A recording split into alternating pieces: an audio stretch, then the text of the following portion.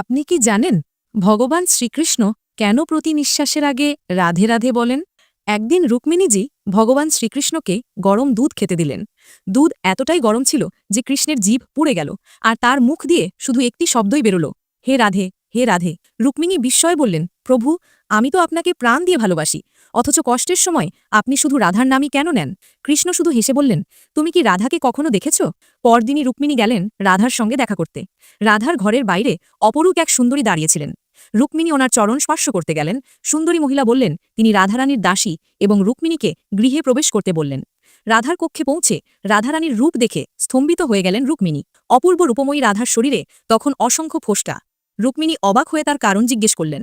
রাধারানী বললেন, কৃষ্ণ যখন গরম দুধ খেতে গিয়ে কষ্ট পেলেন, তার হে রাধে ডাকের সঙ্গে সঙ্গে সব ব্যথা আমার শরীরে এসে গেল। যে হৃদয়ে বাস করেন তার সব দুঃখ নিজের করে নেন। এটাই সত্য প্রেম। আপনি যদি রাধাকৃষ্ণের ভক্ত হন তবে চ্যানেলটিকে সাবস্ক্রাইব করুন।